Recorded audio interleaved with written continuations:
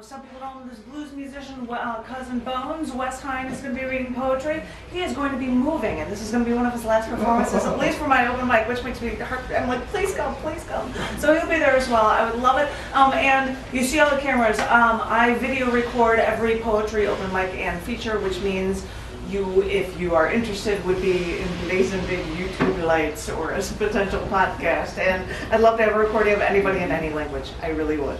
I am releasing and my first book I ever wrote, which some of you might have a copy of, Hope Chest in the Attic. It has poetry, prose, and an art section. It'll be a second printing, but it'll be a full color cover. At least that'll be different. So I thought I'd pull up two pieces of short prose that I've never read before. These are from that. And this first one is called Dandelions for a Passing Stranger. I loved my silly red tricycle, the type that every suburban 3-year-old probably had. I would play on my driveway, riding past the evergreens, past the white mailbox. But I'd usually turn around before I rode past the gravel and onto the neighbor's driveway and ride back toward the security of my own garage. I would sometimes play on the neighbor's driveway, since it was on a hill. I would scale to the top by the maroon-colored garage, navigate my trusted tricycle around by its rusted handlebars, hop on the seat, and zoom downhill. But those times were only when I thought no one was at their home, and that was when I was feeling particularly adventurous. Once, I was riding up and down on my own driveway, and I saw another little girl walking in the neighbor's yard. I watched her approach my driveway, walking on the edge of our lawn. I was fascinated by this girl. She was a new face to look at, a girl with long blonde hair, so different from my own. She came from the lawn behind my house and was walking along the side of my driveway, away from my house. I watched her walk. When she passed me, I looked over at my neighbor's yard. Our lawn was full of green grass. Theirs was full of dandelions. I rode over to the side of my driveway, got off my tricycle, hopped over the ledge, and ran over the neighbor's lawn. I picked a dandelion. I quickly ran back to my tricycle. I patiently waited there just where I left it. I pedaled fiercely to the end of my driveway and caught up with that little girl. Still sitting on my tricycle, I looked up at her until she stopped right in front of me. I held up the dandelion at her.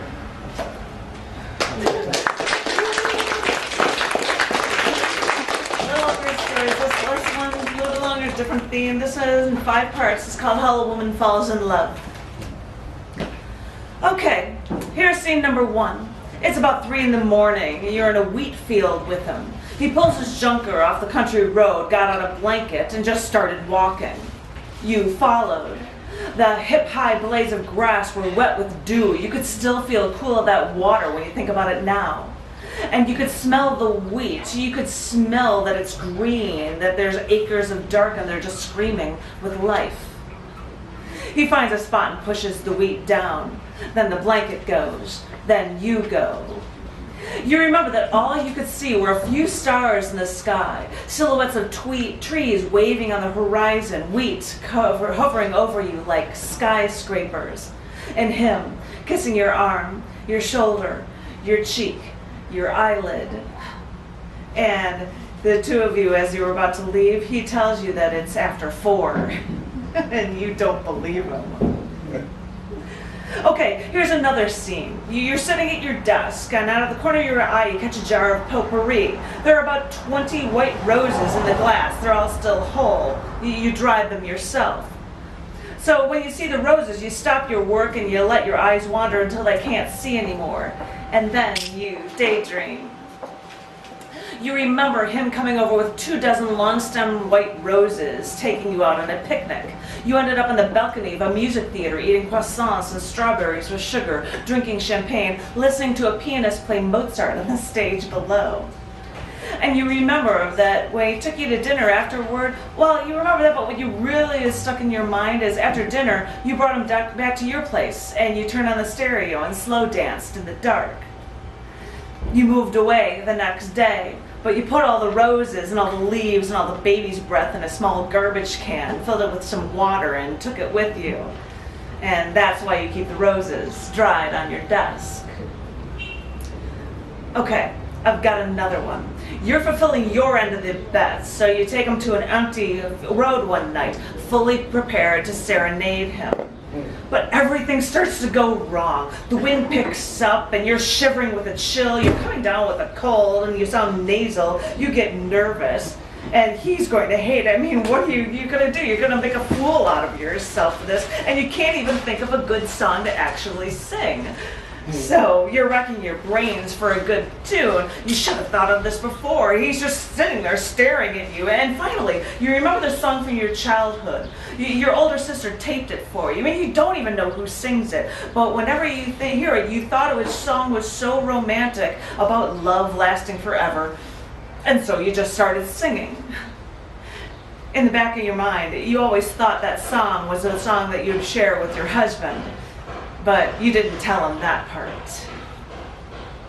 Now jump ahead a couple of weeks. You're at a bar with him. It's crowded. You're pretty drunk. After the bar closes, he takes you to his car, his already pathetic car. You know, the one that stalls at intersections. And by now, the driver's side door is stuck and it won't open. So he has to crawl in from your side, the passenger's side. Well, he drives you to his house and he lets you in. And then he goes upstairs and he gives you a bouquet of flowers. And then he gives you this compact disc with a song that you sang to him on it. He found it. He found the name of the original singer, and by the fourth record store, he found the song. And he got it for you, girl. For you. All right. One more. And no picnics, no serenading, no gifts. Here's the scene. You make dinner with him at your apartment. You set the table, lower the lights, and turn on some big band music real soft. He opens the wine. As you eat, the two of you start talking about politics, about the upcoming election, about abortion, the death penalty, the judicial system, about the ethical dilemma of returning clothing to a retail store simply because you've worn it and don't like it anymore, about business, about the welfare system, about philosophy. So when you can't eat anymore, you just kind of lean back in your chair and you watch him. You smile. He's your intellectual equal. He talks to you. You know, earlier that day you were looking through the want ads because you wanted a new apartment, and you mentioned, without thinking, that the two of you could save a lot of money by just living together. You still can't believe that you said it, or even thought it, but the thought is still there, haunting you, teasing you in the back of your mind.